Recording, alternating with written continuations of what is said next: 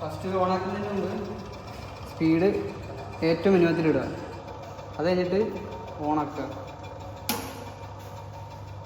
ഓണാക്കി കഴിഞ്ഞിട്ട് ഇത് 500 RPM സെറ്റ് ചെയ്യുക.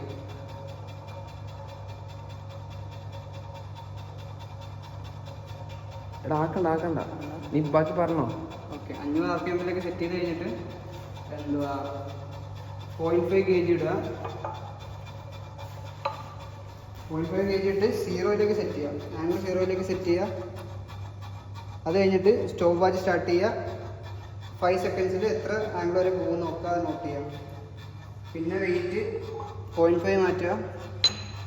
1 ഇടുക, 1 kg ഇടുക.